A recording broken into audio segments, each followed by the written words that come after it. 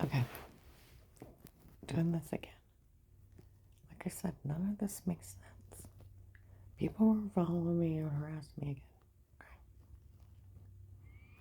Nothing's made sense. I talked to Officer Reinhardt Louisville.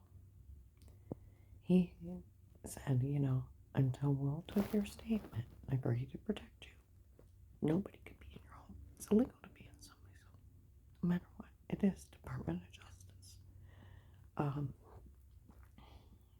Who do you turn the police or any agency or anybody illegally surveillance in your home? Department of Justice, FBI, ICE, and local police department. Fourth Amendment right to privacy makes it not admissible. If you go further into the law, police and agencies can only be in your home under a threat of life. Failure to notify of that threat of life and speaking to the person that lives in that home is abuse and misconduct, and failure to protect is abuse and misconduct. Then it goes into the right of privacy, Fourth Amendment, legal search and seizure. The FBI cannot even be in drug homes. Throw their case out. And he said, until we'll agree to protect you, nobody could be in it. Well, a few days later, a heavy-set officer showed up at Walmart at the food counter, made a public statement. I asked Dave about those people threatening her, and he better not put his hands on her until I find out what's going on. Until he said he talked to Dave. Nobody could be in my home. It's illegal to be in somebody's home. It's a legal search and seizure. But getting back to Will, I wonder if there's something wrong with him. Officer Reinhardt, is retired.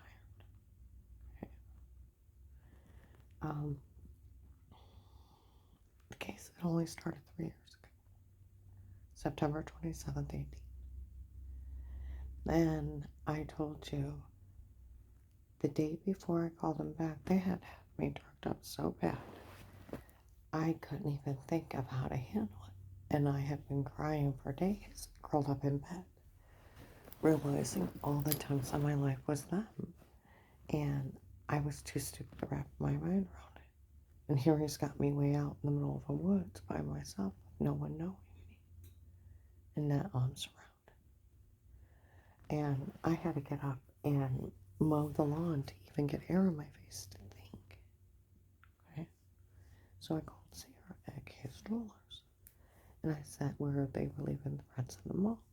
Will you witness for me? She's like, yeah, Karen, I'm scared the way they talk about it. Okay? Of course I will. And so I put Will's number in a card and for her to get married and hid it. We went out to the mall. Her manager put it in her locker. Her manager still works there. Okay, because she had already left for the day. Okay? Went on to Apostolic Church of Barberton. That man that looks like the guy from the cooking show was there, and Paul Paymer got into his face. My God, I had an FBI agent in my office. He's right there. I walk on. Dave comes in, let's go. We get out in the truck, he called the FBI. It's like, what did you expect? You're going to threaten my life, and so with these other people, how to take care of myself. And he's screaming at me, and there's a loaded gun between the council, and I try to put my arm out, he knocks it off, and threatened my life to the point I'm holding on the door, not knowing if I'd have to jump out on the highway. Well, I'd wait for him to leave the next morning, call Will. And out of all that horror, I remember the watershed. Not the attempted kidnapping, not the attempted carjacking, not that he could find him at Huntington Bank threatening to knife me, and David probably called him. Or I called someone to call him, or the Pizza Hut lady called him. I forgot everything but the watershed guy. Yeah. And I forgot to tell him that the guys on the other side of the duplex had a copy of my phone mocking me. I forgot a lot. Okay. Because they were amnesia drugging me. So, and Will told me he wouldn't help me unless I had a witness. And I said, and then it triggered that memory where I was foggy from being drugged up there. I'm like, well, I talked to Sarah. She's ready to talk to you. Do you know I talked to Sarah a couple times? She told me that she had tried to call Will, and he wouldn't answer her phone calls, and he wouldn't call her And so why wouldn't he? You got a witness to people leaving threats on somebody's life. They should have been arrested. Why wouldn't he talk to a witness? This whole thing is screwy. Now, either Will was part of it, like they said, because per Department of Justice, anybody surveillancing you in your home until that case is set up correctly is abuse and misconduct, and it's a legal search and seizure. They would go to jail. FBI can't even be in drug lords' homes or murderers. They'd throw their case out. He wouldn't cause government. Why wouldn't you go back a witness?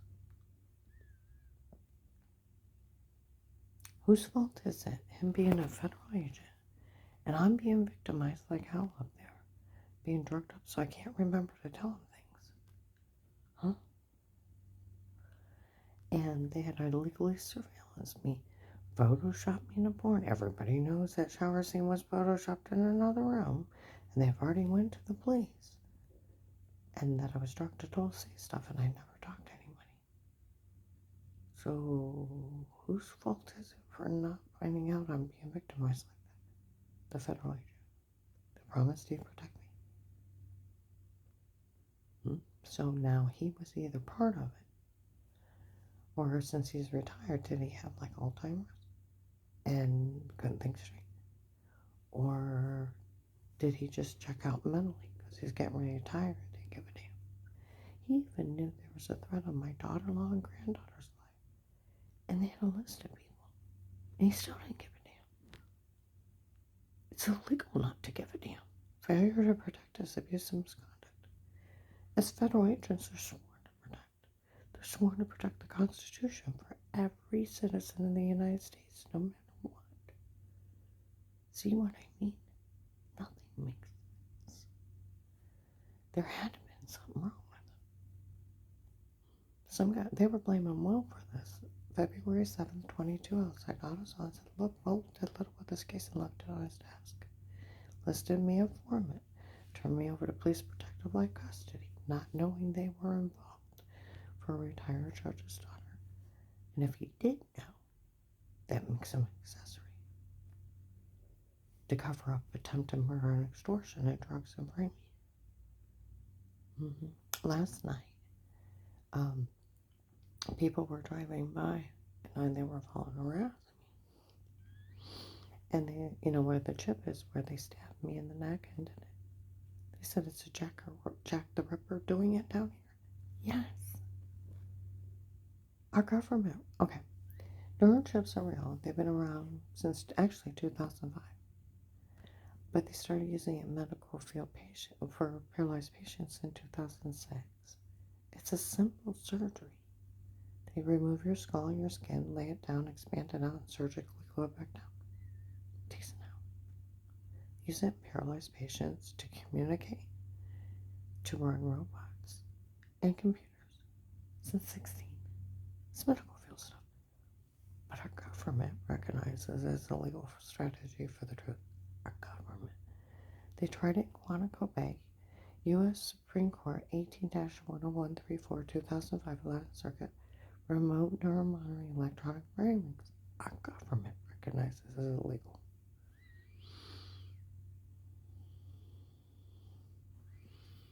So, terrorist. And these people aren't smart enough to be afraid of terrorists. Yeah, they slammed on the brake. They said it's a Jack the Ripper doing it. Yes, it is. They framed the FBI at Holtman Hospital, then the agents each of me. I talked to 2 agents. They didn't know anything about it. They need to pull Altman emergency room tapes of March 13, 21 surveillance for medical malpractice. I walk in. Now they had walked around Walmart. The case is called Karen's Will from the agency. I told you I thought at first they named it that for being sweet because I didn't know how to explain Will.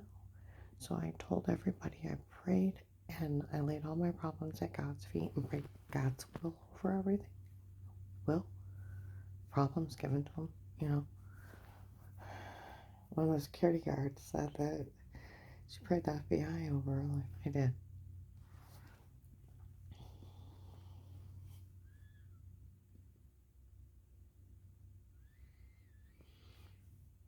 But so I thought they were doing it being sweet because I go, well, God, I don't know how to explain it. So they come in, Altman Hospital. We're here for Karen's Wealth Agency. Chapter nurse points right at me. Is that why she's here? An old woman gets in my face. Right in the emergency room lobby. Watch her do it. They didn't see one of the tooth on you, and that's why they took it. It's like, shut up, it's illegal. On the back, I tell Dr. Alatinas I may have a jab. And he goes, leave, there's a bandstand right there. Some damn bastard neurochapter, he said, we already know. And Will did set up a real legal protective life custody. Goes in all the police databases. Okay. So, yeah, they got 12/21/18 in the neck. Hockey, hazy, dark. Right leg. Felt myself cry. I woke up, my head used to be round in the back. Standing in about that big. Okay? Hair's missing, my head's pounding. And there's a 4-inch bruise underneath my ribs with ripples in it. And I had to hold my ribs to walk for a long time. Okay? There's a steak knife with bone and flesh in the thing. There's a video. People sold the login. Everybody knows I've been jailed. Even across from 801 6th Street, there was a group of men outside. We went to search. They could take that chip out at any time. Youngstown and Cassidy should well knows that chip needs to come out. So, yeah. Now, with the bitch mail, they've wiped out the remaining quiet. You can't ask someone to remain quiet when they set you up to make you call the FBI. Or the FBI ask you to be quiet. That's stupid. Then drug jobs, they can't remember. Those are bitch moves. Horrible bitch moves. But they wiped it out themselves. They already knew. Because why do you stay quiet when the bad guys already know they set you up and framed you and they drugged you and they're pretending to be federal agents? That's stupid. Yeah. And they sold the login by Christmas 18. Everybody knows this. This is where it's ridiculous, this public knowledge. So, what the hell happened? Huh? Somebody made a comment that Michelle was an agent's daughter, and I fell for it. No, she's a retired judge's daughter. Judge Pete looks like a little one Santa Claus. 9/18/19, a picture of him, Peter something, hanging on the courthouse wall, and he's in the back joking around with Ludick. They're friends. And Michelle is his daughter, a young blonde girl. They talk about Dixie even knew. So, yeah. Like man can and can't. I'm man 19 if you didn't hear John's kids right on the third step up, Karen. Dave's girlfriend is at Shell. It's Michelle.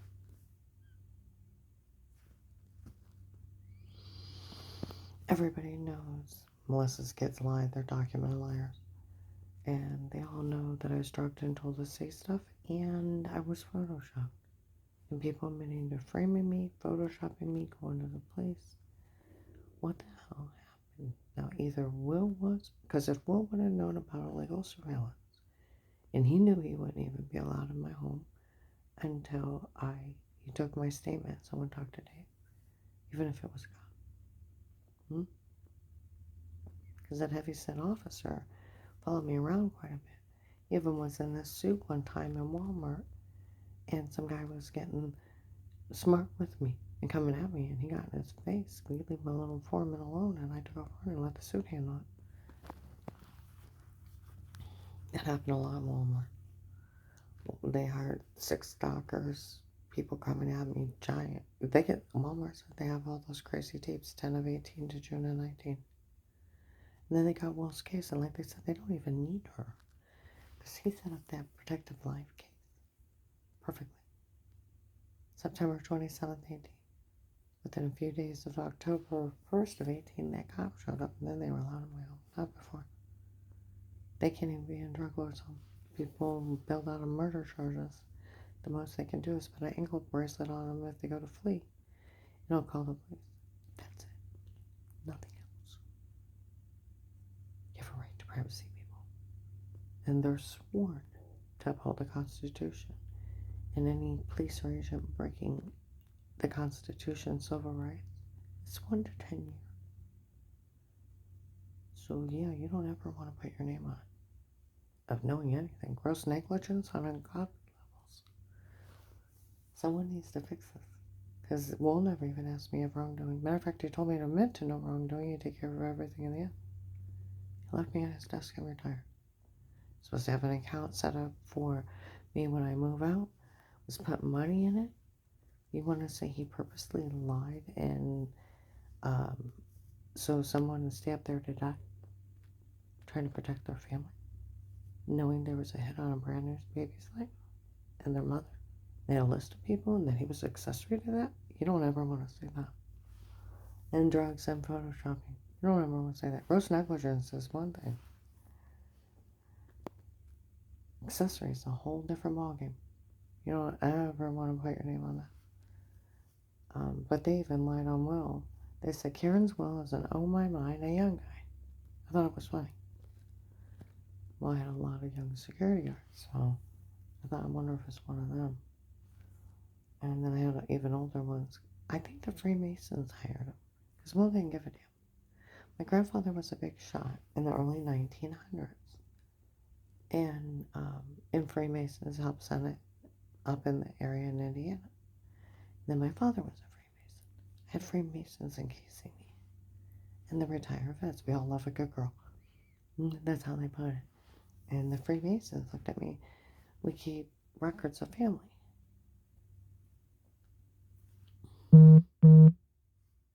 And we always take care of family. How much you want to bet they hired the security guards? I had been dead. Oh. Some middle-aged women walked by Danny's. I went to walk out and there's no one else out there.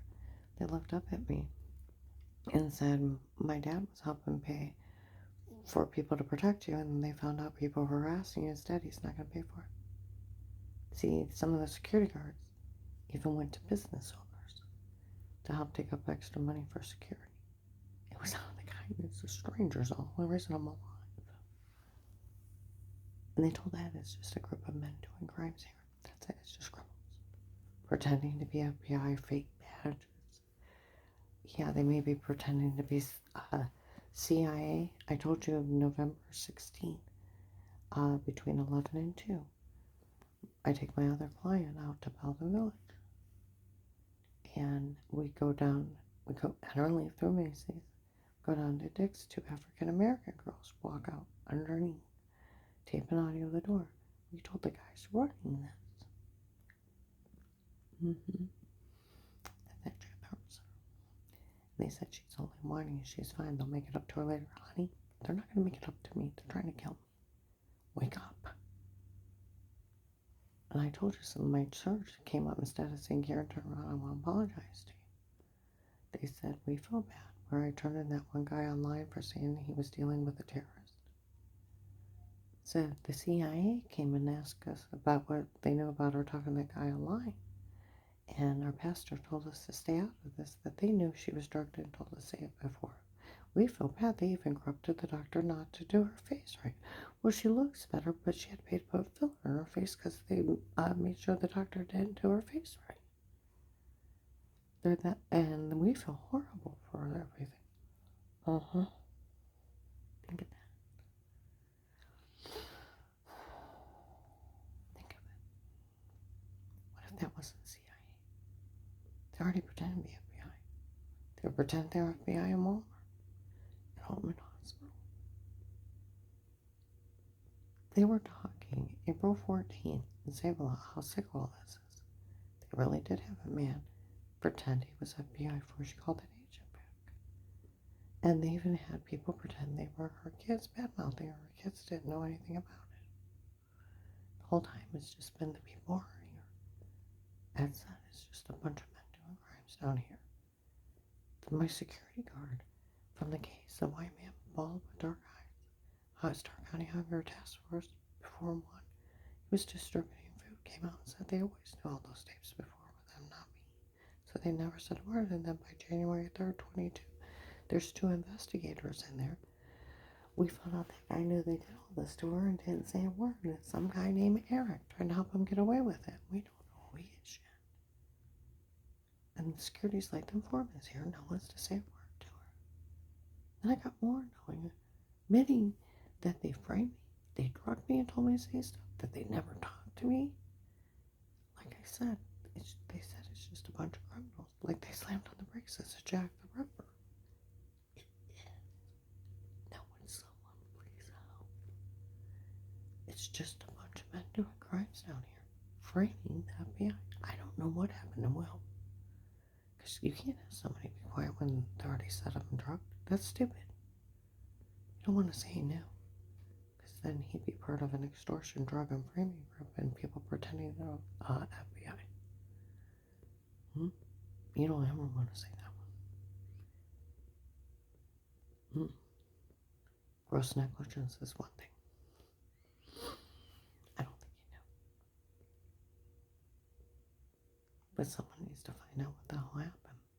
Because you can't ask someone to stay quiet when they're already set up, already told on, and they're drugging up the victim so they can't remember to tell. I told you I couldn't even remember the attempted kidnapping, the attempted carjacking. You can find them at Giant Eagle. Huh? I couldn't remember anything but the watershed. And hell broke loose up there.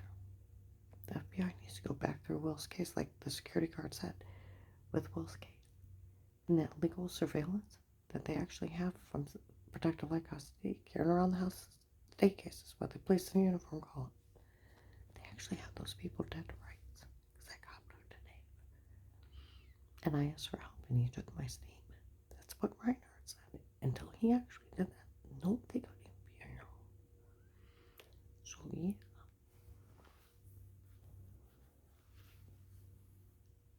And I told you, October 1st, 2018, got our wood burner put in. I got the receipt. And I had just talked to Will within a couple days. So, yeah.